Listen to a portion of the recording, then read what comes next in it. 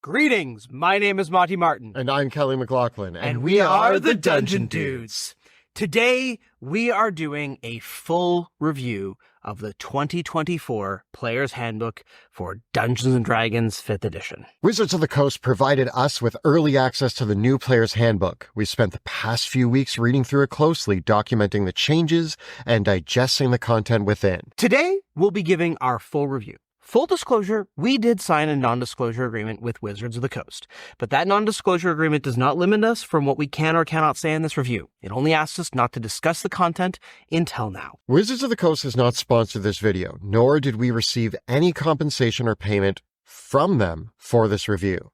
Just like we always have, we will approach things in the spirit of positivity, but this is our unfiltered opinions on the new Player's Handbook.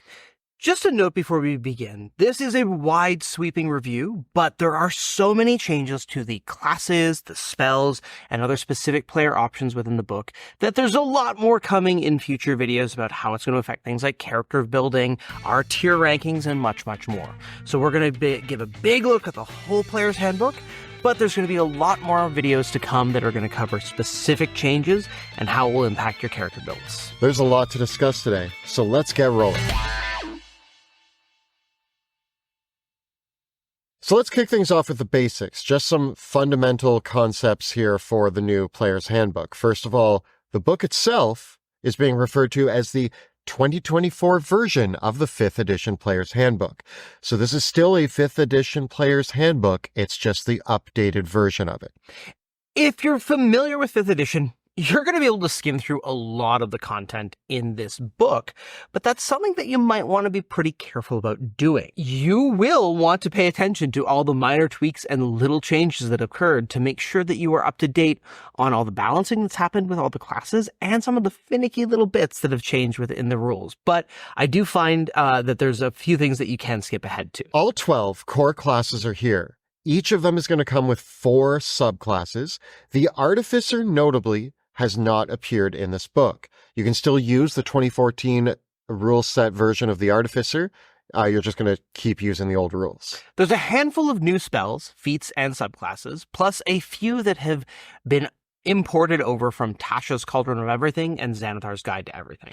If you've been following Unearthed Arcana closely or the latest news on the D&D Beyond page, the changes are not going to surprise you too much. This is still very much 5th edition. It is unquestionably backwards compatible with all of the previous books and content, including the adventures, the priorly published subclasses, spells, feats.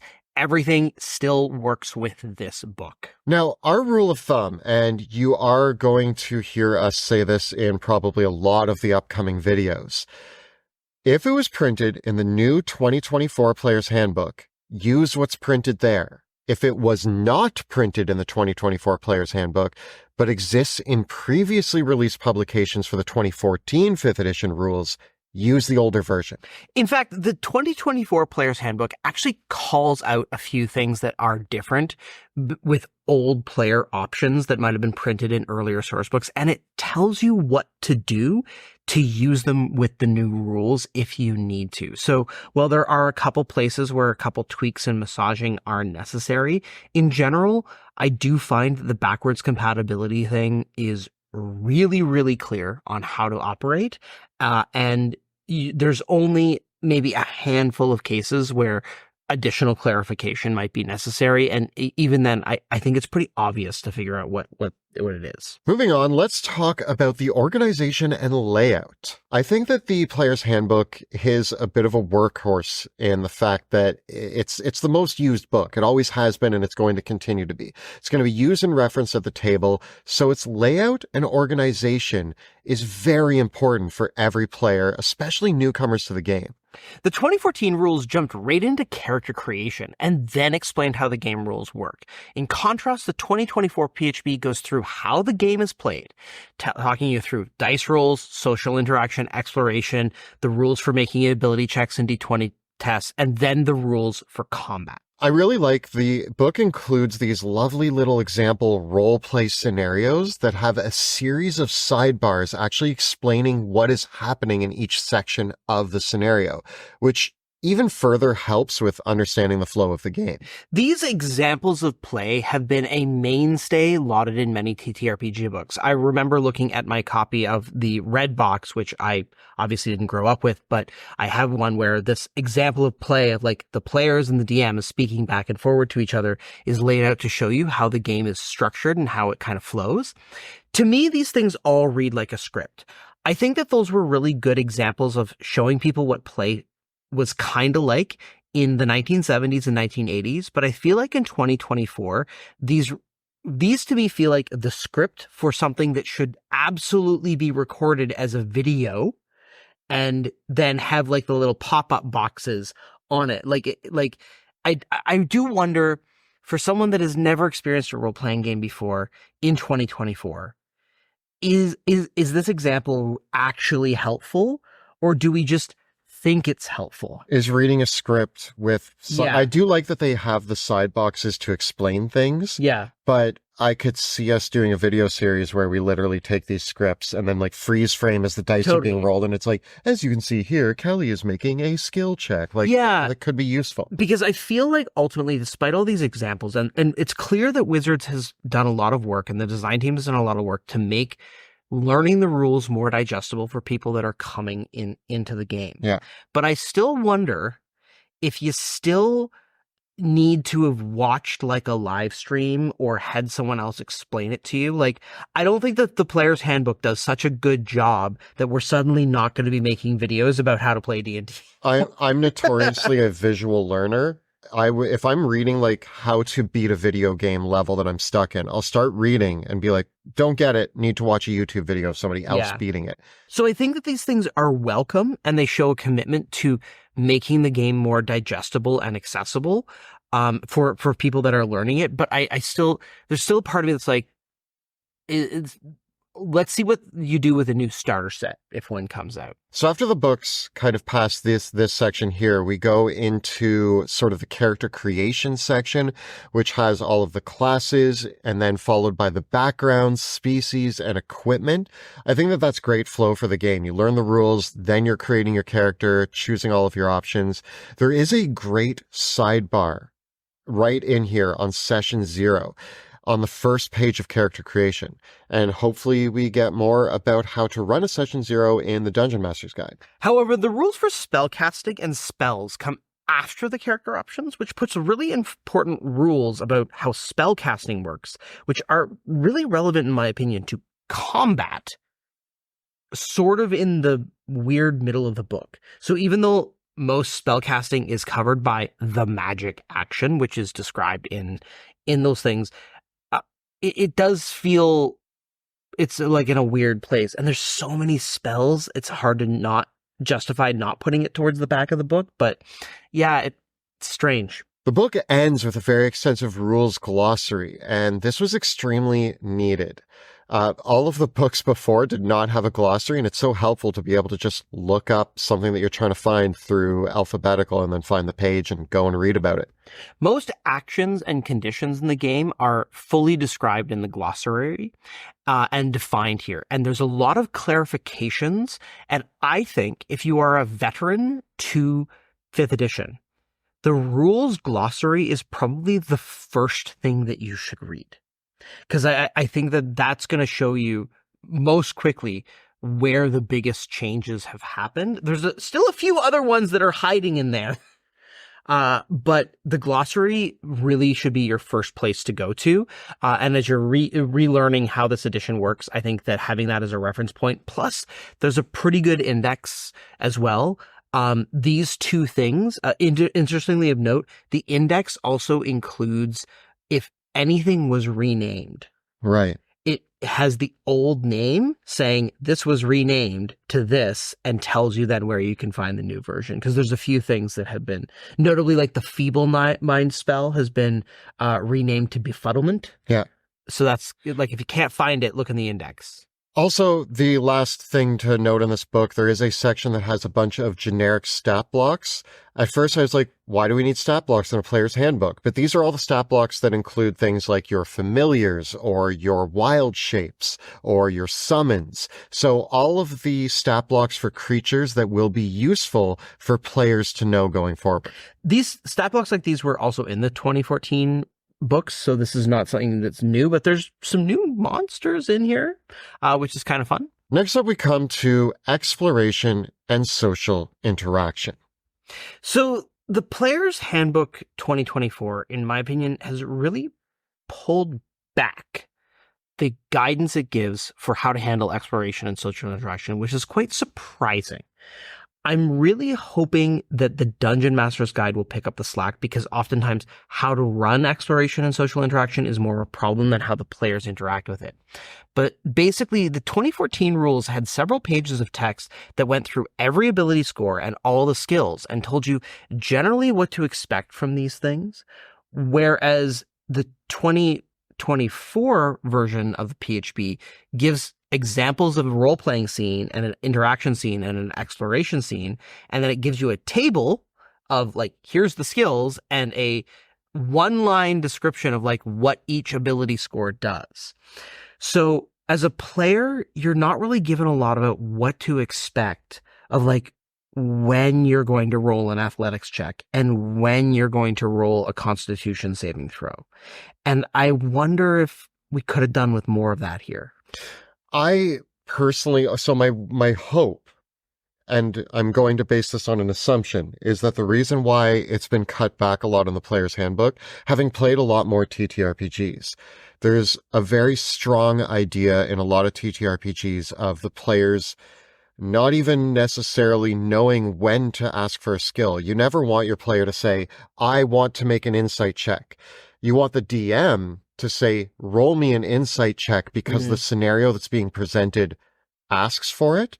And so I'm wondering and hoping that we will see that in the Dungeon Master's Guide as a way of saying, hey, Dungeon Master, here's when all of these skills would come into play so that you know if your players are doing this sort of an action, ask for it. I just think that the Player's Handbook is absolutely the place to be including a thorough description of every skill with examples and a small table of what you can expect, like common things that you might do using that skill or action and what the DC might be. I actually think that's a really healthy way of helping players understand what to expect, because sometimes a player doesn't know, like, yeah, is kicking down a door, like how hard is that in general? Is that a DC 10? Is that a DC 20?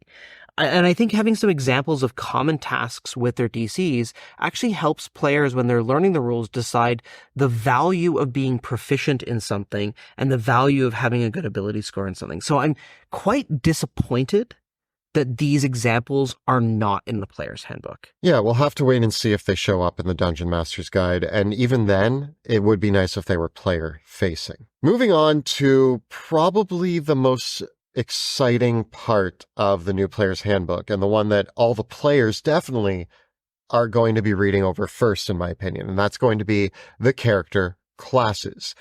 The balance between the classes, I would say, has been evened out. Well, in many cases, literally, like every class starts off with a full page of art depicting an iconic figure of the class. The layout's beautiful. There's 4 subclasses for every class, and every subclass gets a beautiful like half page piece of artwork. Yeah. So in terms of like the flow with the way the art goes through the class chapter, it's really quite lovely going through it and getting these beautiful pieces and whatnot as you go into it.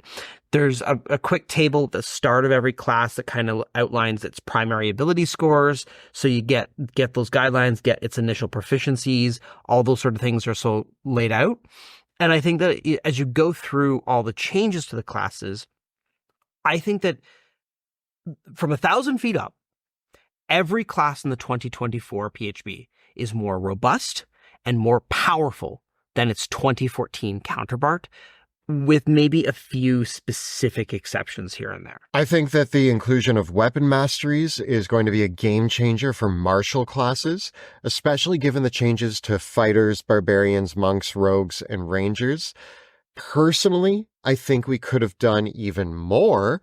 I think that giving marshals like a full spell list style section of combat tactics would be really awesome.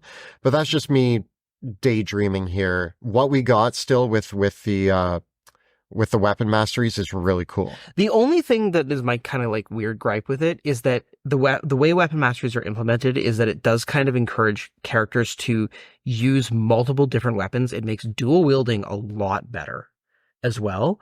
And it also does somewhat encourage a little bit of like bringing the golf bag of weapons with you so that you can switch up, especially for like fighters who get more weapon masteries than anybody. They can like switch out different weapons to have different effects.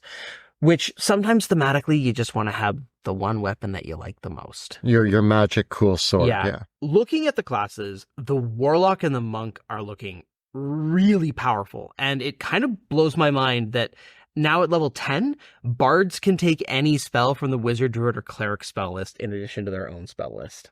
I also think that non-moon druids may find wild shape more useful than it was previously. Moon druids aren't quite as unkillable as they once were, but they still look really strong. So even when we see these little nerfs, it doesn't feel like it's negatively impacting some of the best classes in the game. Flip side, maybe a hot take. I think the wizard has really suffered compared to the sorcerer.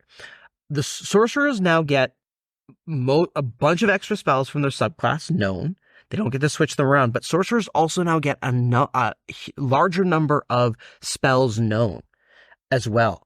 So this means that a sorcerer actually has more spells at their fingertips than a wizard does. And I think that this kind of tips the scales. The wizard's versatility doesn't matter as much anymore because the sorcerer has so many spells and meta magic that I just think that the sorcerer is supreme now over the wizard. Yeah. I think the only class that you can argue walks away as an overall nerf is the paladin, mostly because smites are now a bonus action.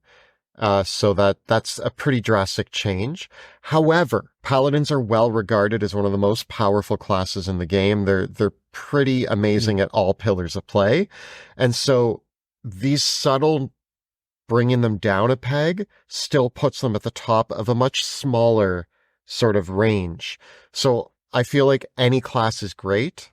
The paladins still come out pretty high. Yeah, I think looking at all the classes overall, I might actually consider playing a monk now in that I don't think I ever would have played. I don't think I ever really played a 2014 monk, but I gotta say the sorcerer and the warlock are looking fine. I am breaking up with you, wizard.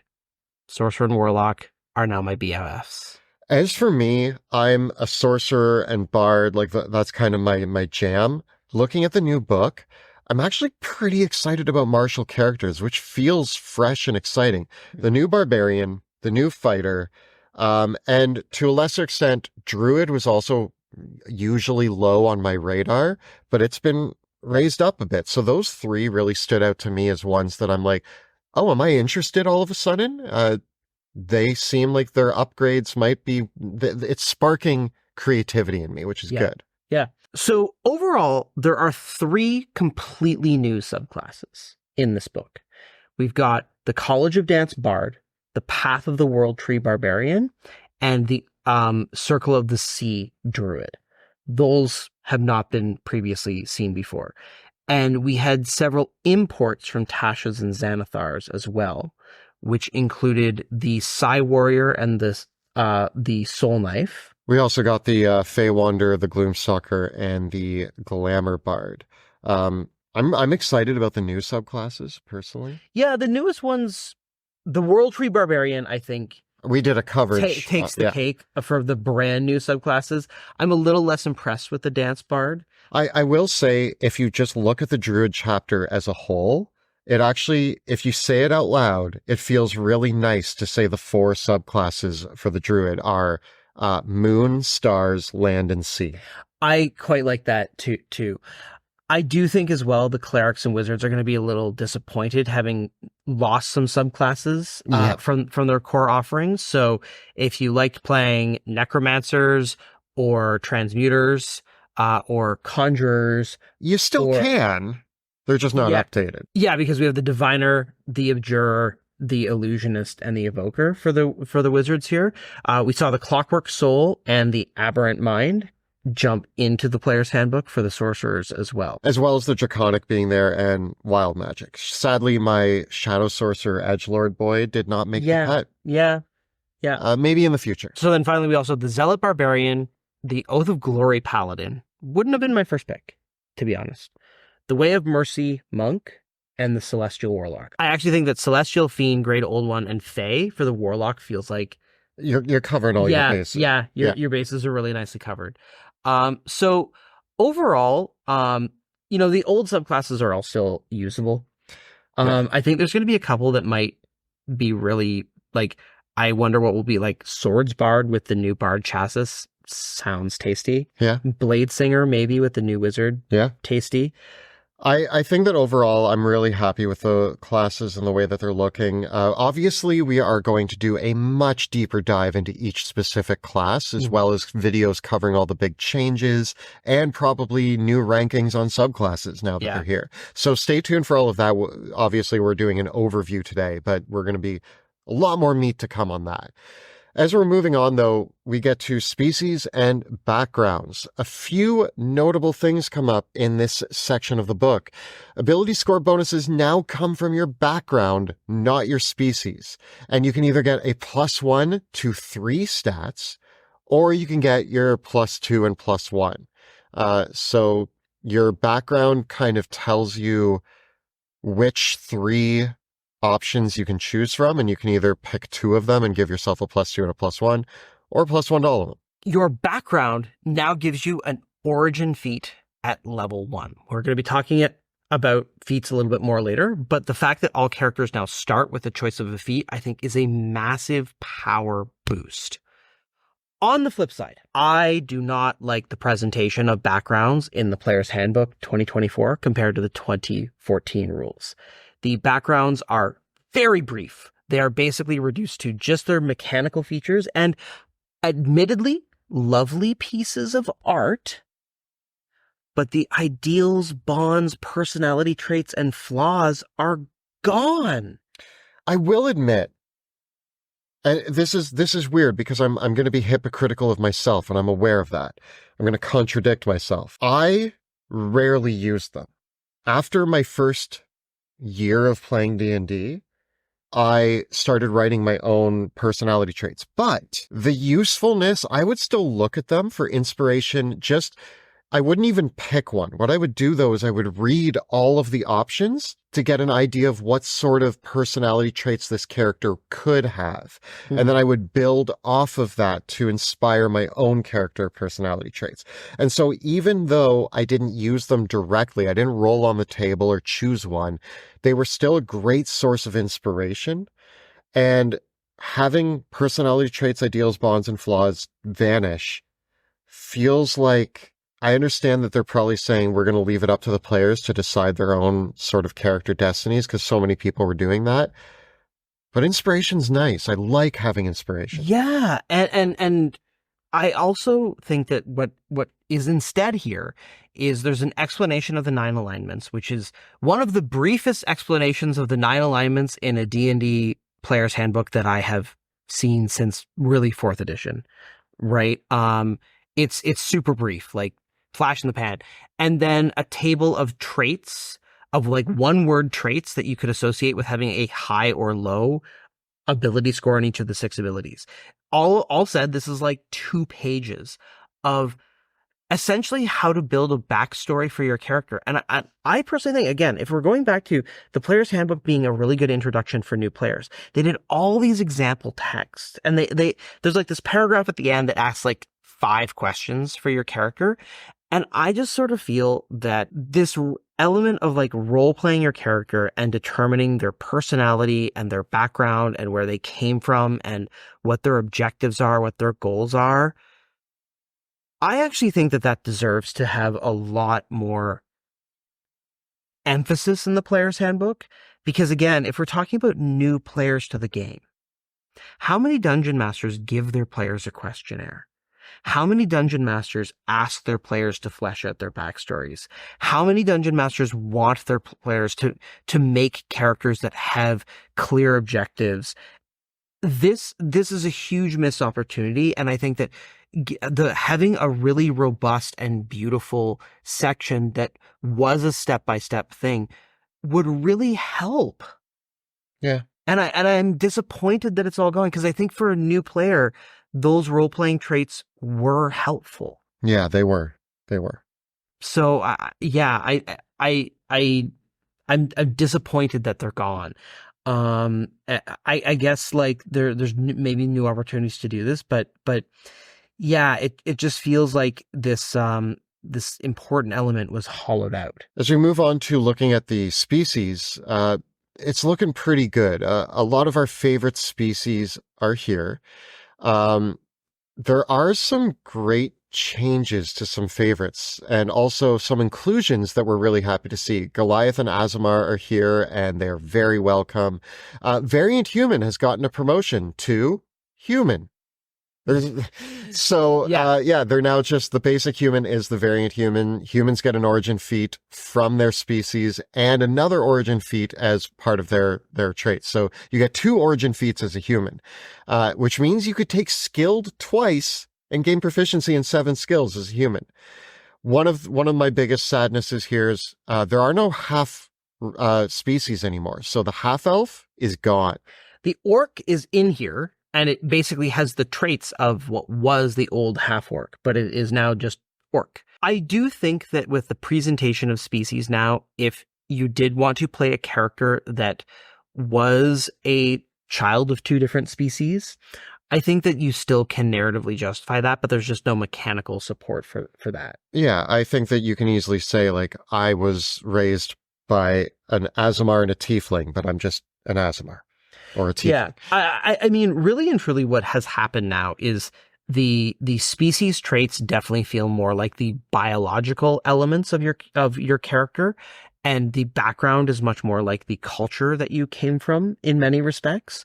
And so those both feel like they have mechanical weight, but are both distinct and respectful in the way that they're presented. It's interesting that in contrast, like a lot of previous players' handbooks would have started off with choosing your character species or race or ancestry, and then you would choose your class. But the new 2024 rules are like, choose your class, because your class is the most important decision. It's the biggest decision. Right? And then the background and the species become like a package of other traits that are layered on top. It's weird, and maybe I'm the exception to the rule, but the class is usually the last thing I pick. I design the whole character and then figure out what class fits them. But that's me.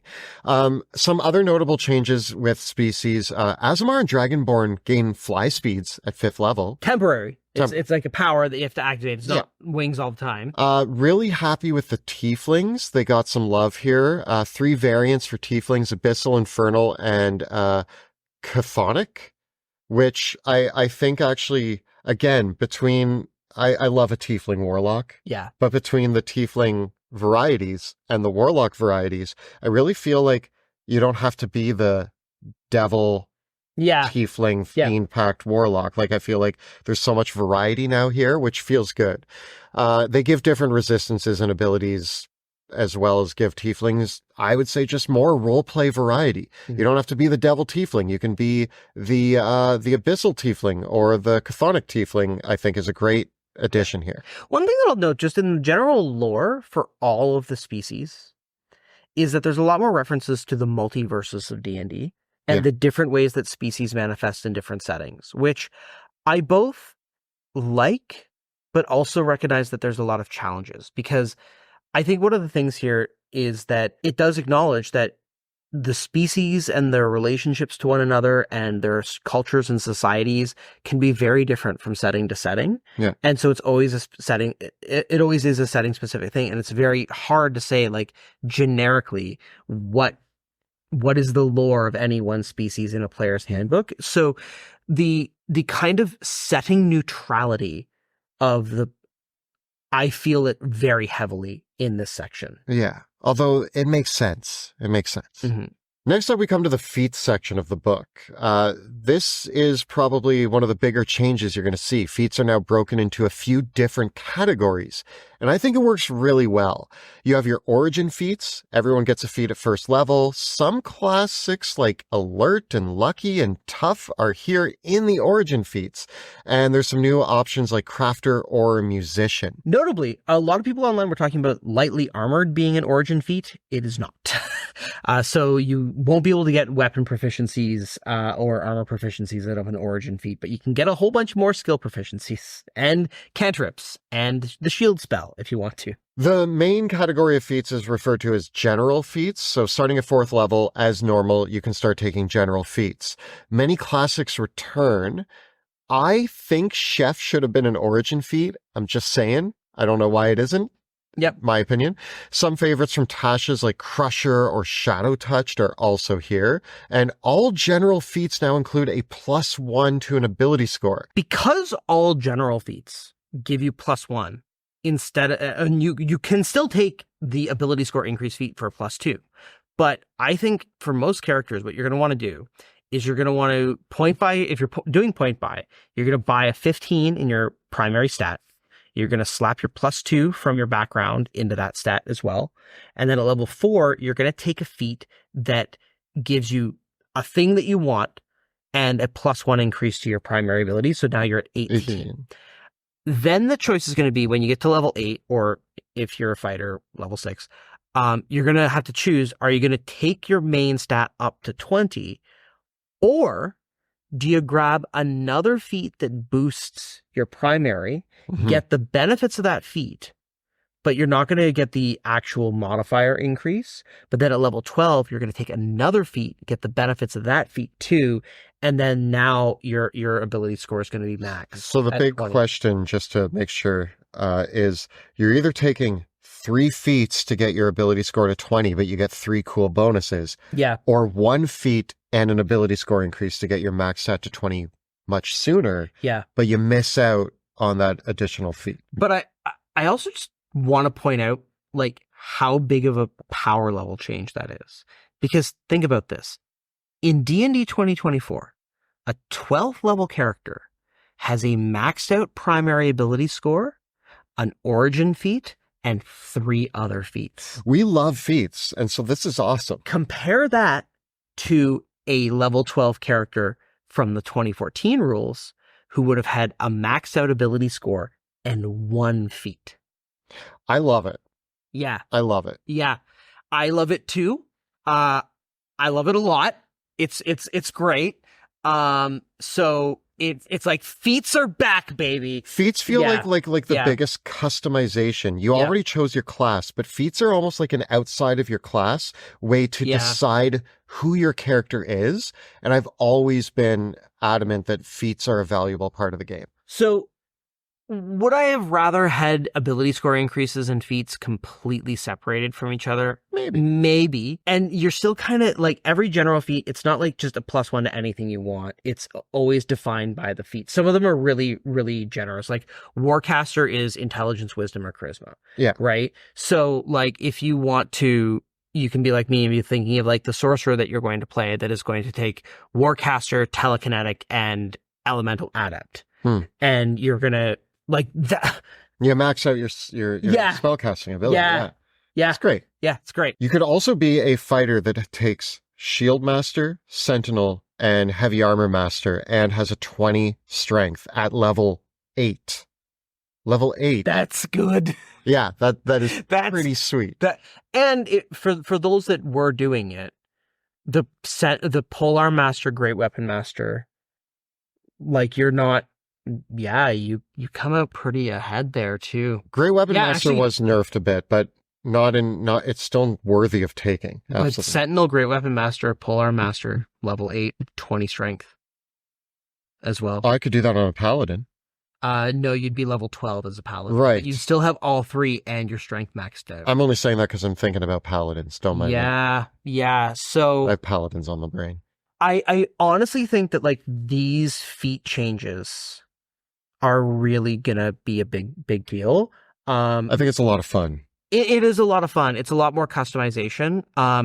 It remains to be seen, like, if we're going to get a lot more feats added to the game and if other feats are going to play with things. The final category of feat, well, there's 2 categories remaining. The fighting style feats. Yeah, so fighting style feats, essentially this isn't like a brand new thing. It's really just the fighting styles from the previous edition are now feats that martial characters can take, but they do get access to those feats in special. They're given one for free, usually level 1 or 2. But you can also choose them, I think, as a feat upgrade if you want another fighting style.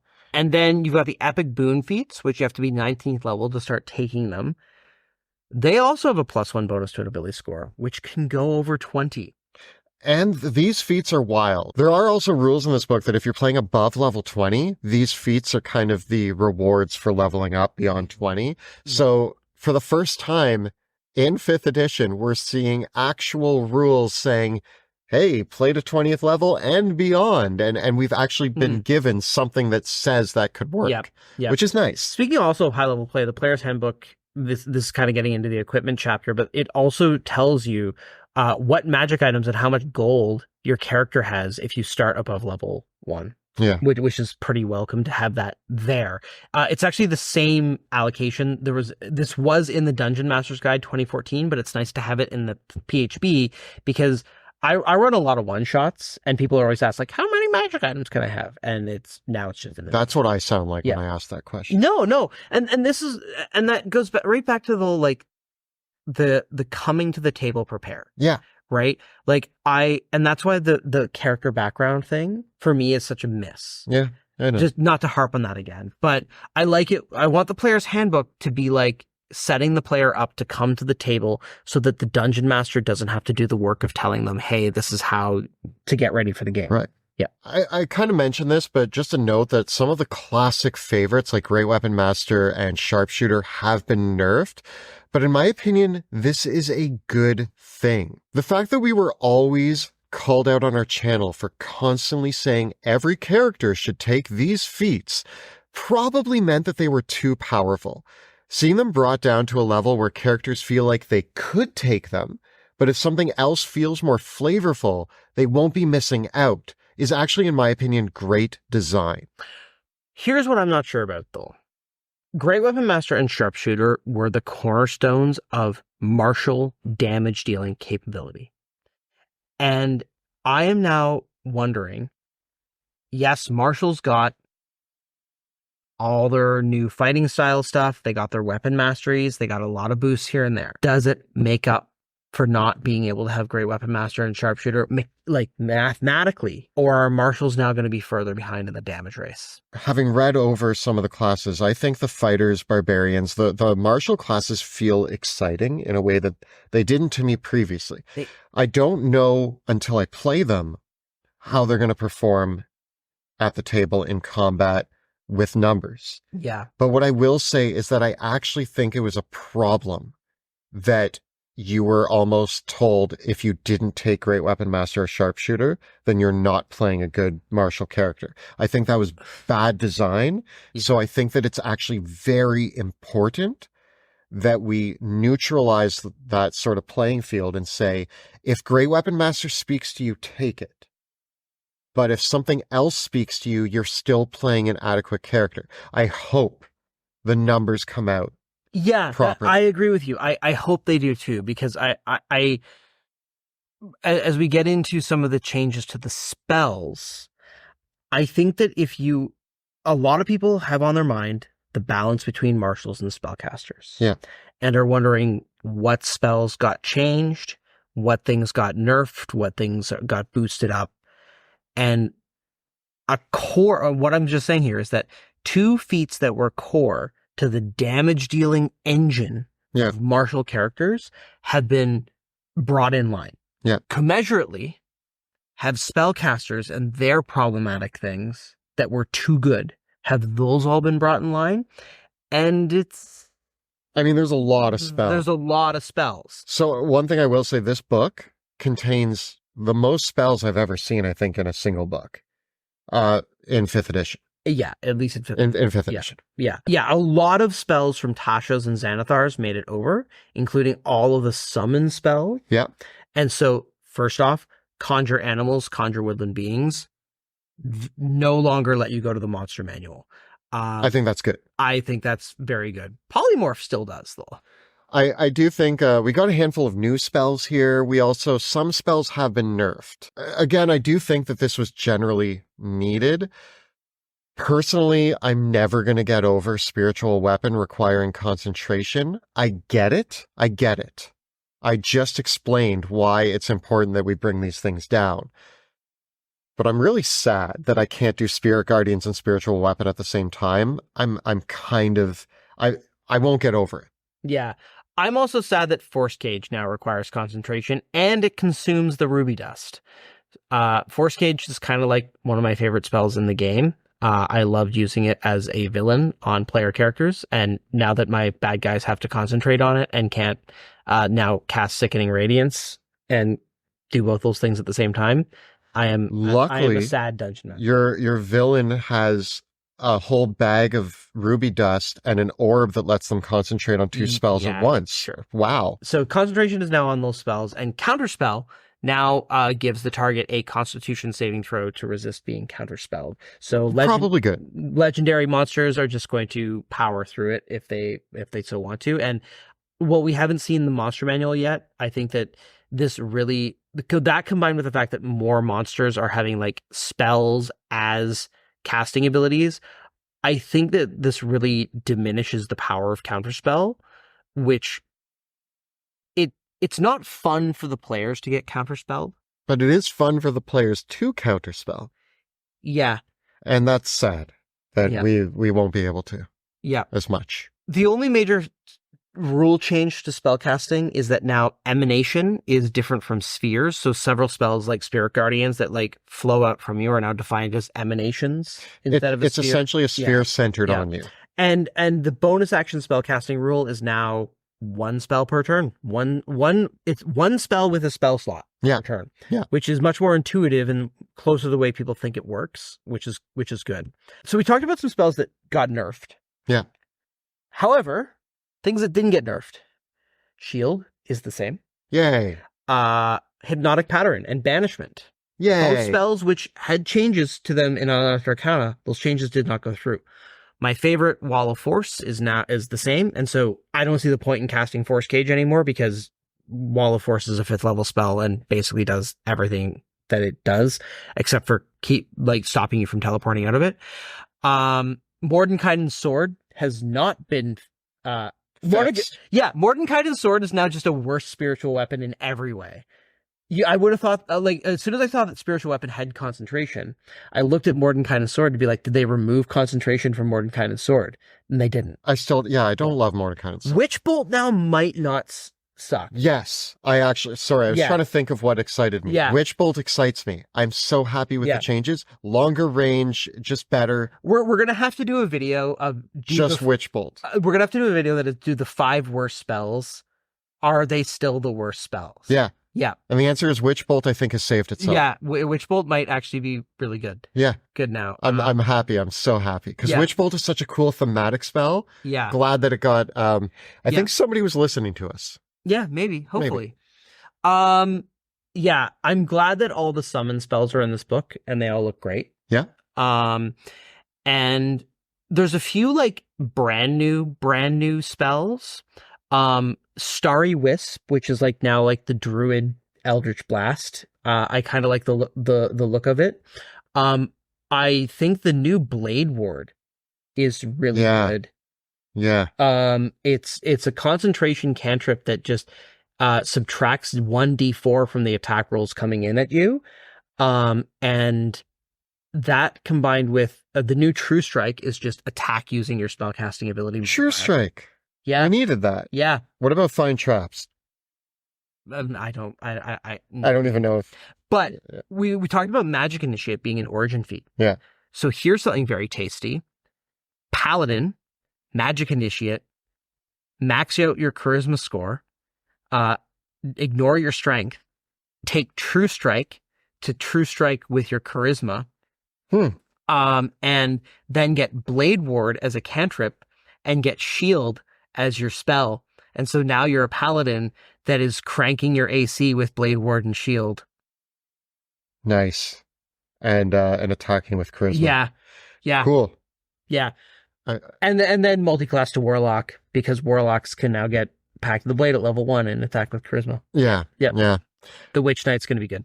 You can already tell I'm excited for some tasty spell combos. We're gonna be doing a ton of our old videos. We're gonna revamp them for 2024. So stay tuned. Yeah, my big takeaway: Magic Initiate being an origin feat is going to enable a lot of really interesting builds, combined with as well like the fact that Pact of the Blade can come online at level 1 for Warlocks and a bunch of other cool changes. Me likey. So as we come to our final thoughts, I think overall this update to 5e feels really good. Just looking over it all, I think we are addressing a lot of the power imbalance and metagame structure of the 2014 rules. Even the things that were nerfed feel like it actually promotes choice. No longer does every character need to be a variant human with Great Weapon Master and Polearm Master. It feels much more balanced and thus more open-ended on playing the character you want to play without feeling like you're missing out on the meta of the game.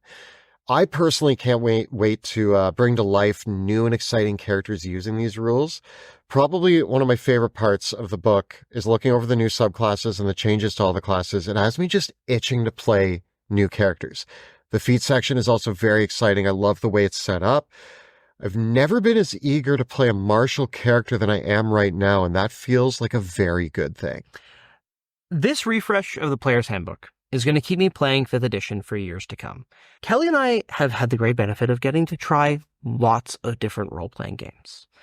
And perhaps this is a controversial statement, but the more other role-playing games I play, the more I like 5th edition. At the same time, there is a part of me that is a little disappointed that some of the more drastic and ambitious changes to the classes, spells, and feats did not come to pass. Those would have constituted a new edition, which this is not. And my hope is that the design team uses the opportunity to push the boundaries of 5th edition further from this point forward. We talked with Jeremy Crawford and we asked, are we going to see rehashes of old things or more new things? I personally would like to see fewer rehashes and more new ground being covered. I would like to see more new spells. I would like to see more new feats, more new subclasses, and I would also like to see new classes with completely different mechanical frameworks. I think that for me personally, I am absolutely one of those people that was like maybe marshals with maneuvers, and man, if I could have one wish, it would be a 5th edition Book of Nine Swords. That to me would, I would be so happy. But that's beyond the point of the Player's Handbook. Overall, though, I would like to see more character options in future books and less adventures. I think that the rules glossary is a fantastic achievement and addition to this book. It is a useful resource for dungeon masters and players alike. I'm glad to see it.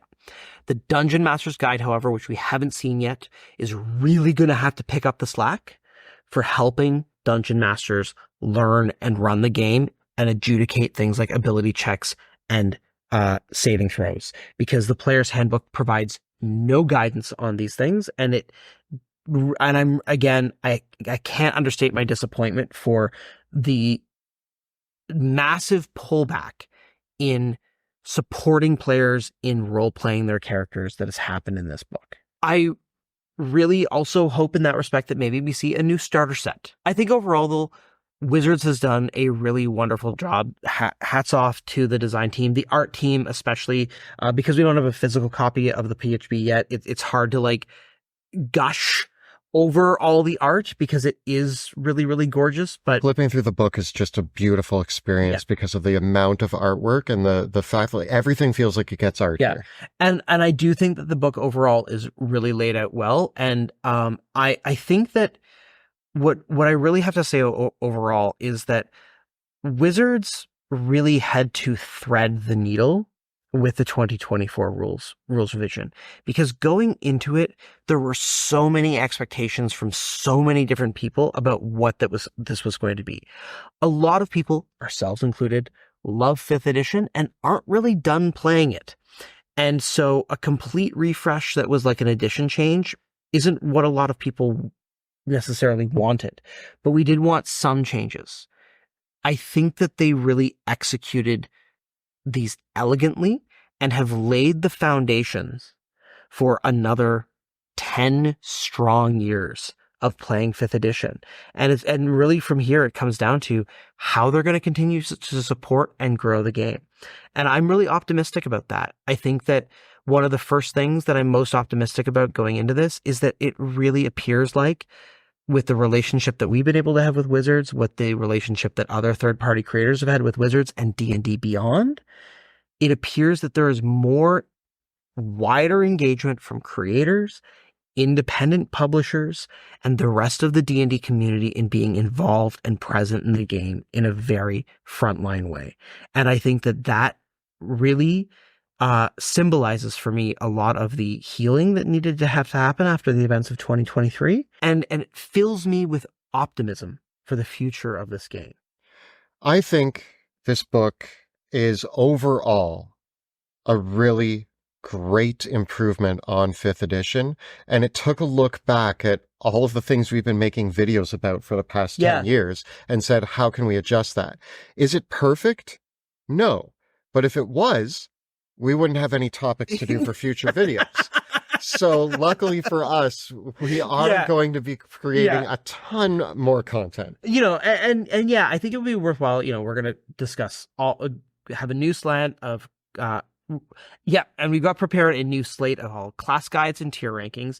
One other one that might be fun to look over at one point. Remember when we did that wish list? Yeah. For what we wanted. I wonder if we should do a reaction video to our old wish list and see did our wishes come true for past Monty and past Kelly, or how did things stack up? Ultimately, I'm happy with what we got.